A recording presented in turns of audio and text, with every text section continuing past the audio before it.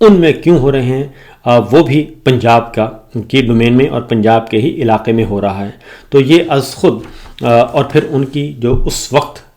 جب یہ واقعات ہوئے ہیں، خاص طور پہ 26 نومبر کا ہوا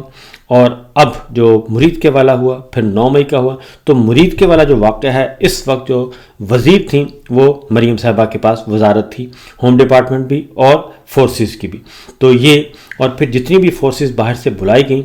وہ پنجاب ہوم ڈپارٹمنٹ کے انڈر ہی کام کر رہی تھیں. تو لہٰذا یہ از خود ایک بہت بڑی خبر آگے جا کے بنے گی. میرے سامنے جی ملک بھر کی تمام تنظیمات اہل سنت کے مشترکہ اعلامیے میں یہ کہا گیا ہے کہ سانحہ مرید کے پاکستان کی تاریخ کا سیاہ ترین دن ہے، اہل سنت کی نسل کشی کے مترادف ہے، اور اس پر فی الفور آزادانہ عدالتی کمیشن تشکیل دیا جائے. حکومت تحریک لبیک کے ساتھ فوری طور پر نتیجہ خیز مذاکرات شروع کرے. اہل سنت کی مساجد، مدارس، خانقاہوں اور گھروں پر چھاپے فی الفور بند کیے جائیں، اور لبیک کے گرفتار قائدین اور کارکنوں کو فوری طور پر رہا کیا جائے. شہدائے سانحہ مرید کی لاشیں ورثہ کے حوالے کی جائیں، زخمیوں کے علاج معالجے کی سہولیات فراہم کی جائیں، اور ملک بھر کی مساجد میں 17 اکتوبر کو یعنی کہ کل نماز جمعہ میں سانحہ مرید کے خلاف مذمتی قراردادیں پیش کی جائیں. اور یہ سانحہ مرید کے بارے میں یہ کیا ہے. اور اس میں اگر آپ نیچے دیکھیں تو اس میں بے شمار یہ جو پریس کانفرنس سے پہلے یہ ملک بھر کی تمام تنظیمات اہل سنت کا کئی گھنٹے طویل مشترکہ اجلاس ہوا، جس کی صدارت پیر آف مانکی شریف پیرزادہ محمد امین قادری خیبر پختونخوا نے کی. اور پھر ملی یکجہتی کونسل کے صدر اس میں موجود تھے ڈاکٹر ابو الخیر محمد زبیر، یہ صدر ہیں JUP نورانی کے. اور اس کے ساتھ ساتھ اسلامی نظریاتی کونسل کے چیئرمین مفتی راغب حسین نعیمی اور صاحبزادہ حامد رضا صاحب تھے سنی اتحاد کونسل کے، اور سابق وفاقی وزیر سید حامد سعید قاظمی اور اہل سنت والجماعت کے امیر عبدالخالق قادری. اس طریقے سے انجینئر ثروت اعجاز قادری، اور بلوچستان سے، سندھ سے، خیبر پختونخوا سے، پنجاب سے، بے شمار گلگت بلتستان سے، کشمیر سے بے شمار علماء کرام جو ہیں وہ اس میں موجود تھے. اور اس کے بعد پھر ایک کمیٹی بنائی گئی ہے، مذاکراتی کمیٹی، اور اس میں ڈاکٹر ابو الخیر محمد زبیر ہیں، راغب حسین نعیمی ہیں چیئرمین اسلامی نظریاتی کونسل، صاحبزادہ حامد رضا ہیں، پیر عبدالخالق قادری ہیں، انجینئر ثروت اعجاز قادری ہیں، حافظ حامد رضا سیالکوٹی ہیں، خواجہ قطب الدین ہیں، اور چیئرمین نیشنل مشائخ کونسل پاکستان پیر خالد سلطان قادری ہیں، پیر نظام الدین سیالوی ہیں، اور پیر زادہ محمد امین قادری آف مانکے شریف ہیں. یہ کوارڈینیٹر ہوں گے، اور یہ ایک 10 رکنی کمیٹی بنا دی گئی ہے جو کہ اس معاملے کی جو ہے وہ کرے گی، گورنمنٹ سے مذاکرات کرے گی، اور یہ سارے باتیں اب اس کو آگے جا کے ان کو انفولڈ کیا جائے گا، کیونکہ جو فوٹیجز آ رہی ہیں وہ بہت ہی خوفناک اور خطرناک ہیں. یہ تو ہو گیا مرید کا. اور یہ میں آپ کو پھر بتا دوں کہ یہ پنجاب گورنمنٹ کے زیر سایہ ہوا ہے، اور اس کے کنٹرول میں، انتظامی کنٹرول میں تھا، ساری چیزیں وہیں سے کنٹرول ہو رہی تھیں. لیکن اب جب سے یہ سانحہ ہوا ہے، جب سے خبریں آنا شروع ہوئی ہیں، اس میں ہلاکتوں کی، شہادتوں کی، اور یہ جو مار دھاڑ کی گئی،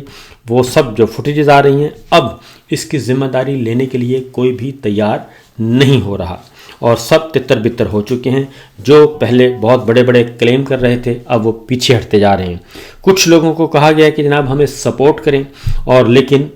یہ بات بن نہیں رہی. اس کی وجہ یہ ہے کہ ہم اس بنیاد پہ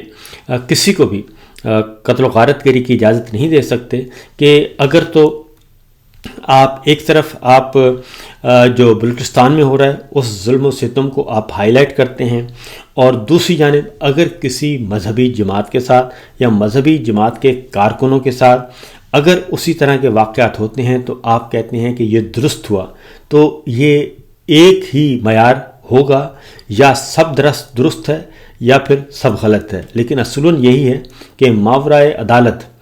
قتل کرنے کا اختیار کسی کو بھی نہیں ہے، یہاں تک کہ ریاست کو بھی نہیں ہے، انڈیویجول تو بالکل ہی نہیں ہے. کسی شخص کو، کسی ادارے کو انڈیویجولی تو عدالت لگانے کا اور قانون نافذ کرنا وہ سزا دینے کا اختیار نہیں ہے جب تک کہ عدالت سے نہ ہو جائے، اور ریاست کو بھی گولی چلانے کا اختیار نہیں ہے تا وقت کوئی بغاوت نہ کرے،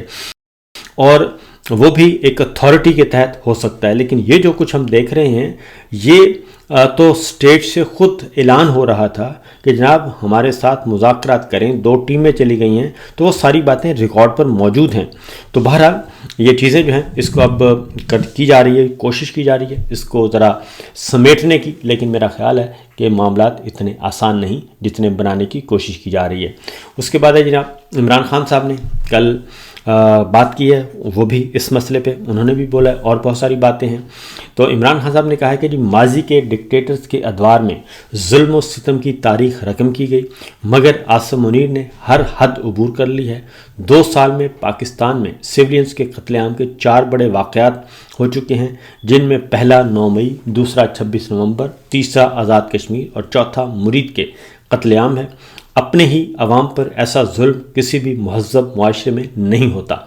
اور عمران خان نے کہا کہ سب سے زیادہ باعث تکلیف بات یہ ہے کہ ان تمام واقعات میں کوئی بیرونی دشمن نہیں، بلکہ اپنی ہی پولیس، رینجرز اور پیراملٹری فورسز کے ہاتھوں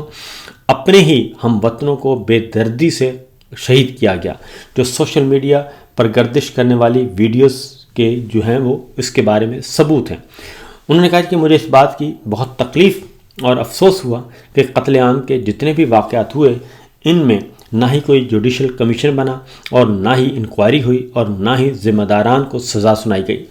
میں چاہتا ہوں کہ مرید کے قتل پر جوڈیشل کمیشن بنا کر آزادانہ تحقیقات کروائی جائیں اور ذمہ داران کو قرار واقع سزا دی جائے، کیونکہ قتل عام کے واقعات میں تعداد کے حوالے سے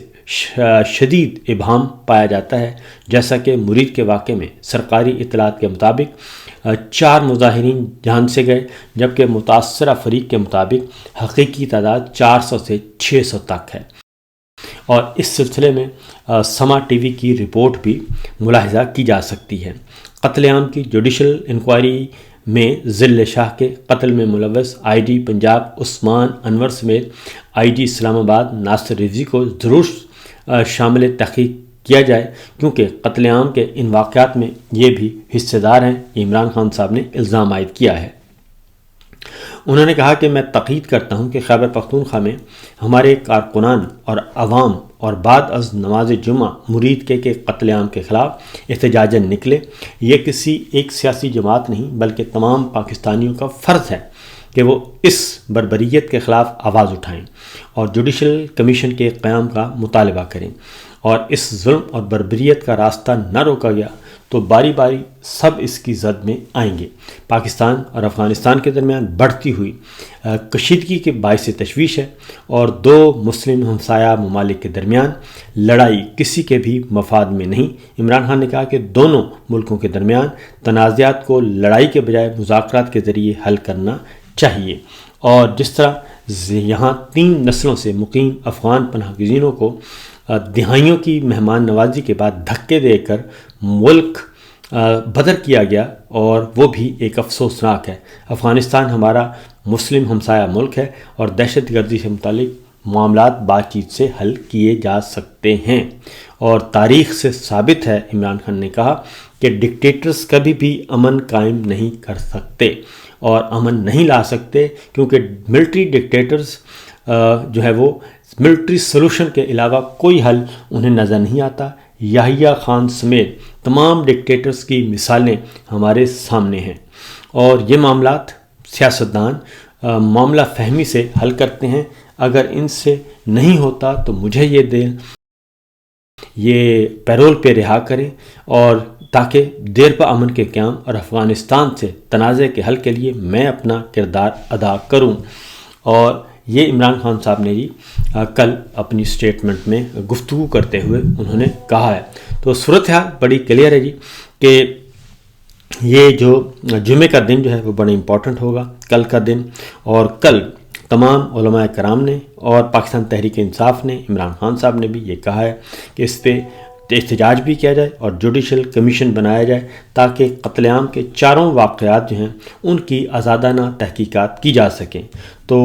آگے دیکھیے ہوتا ہے کیا، کیونکہ آگے آنے والے دنوں میں مرید کے والا جو ہے وہ آپریشن، خونی آپریشن،